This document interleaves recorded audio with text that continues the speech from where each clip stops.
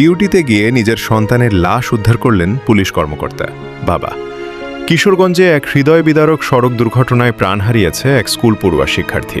ঘটনাটি ঘটেছে কিশোরগঞ্জ পৌরসভার ২ নম্বর ওয়ার্ডের জনতা স্কুল রোড এলাকায়।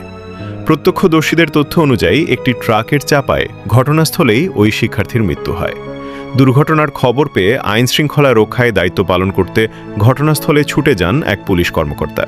কিন্তু সেখানে পৌঁছে তিনি জীবনের সবচেয়ে মর্মান্তিক সত্যের মুখোমুখি হন। নিহত শিশুটি আর কেউ নয়, তার নিজের সন্তান। সকালে যাকে হাসিমুখে স্কুলে পাঠিয়েছিলেন, কয়েক ঘন্টা পর ডিউটিরত অবস্থায় সেই সন্তানের নিথর দেহ উদ্ধার করতে হয় বাবাকেই। এ ঘটনায় এলাকা জুড়ে গভীর শোকের ছায়া নেমে এসেছে।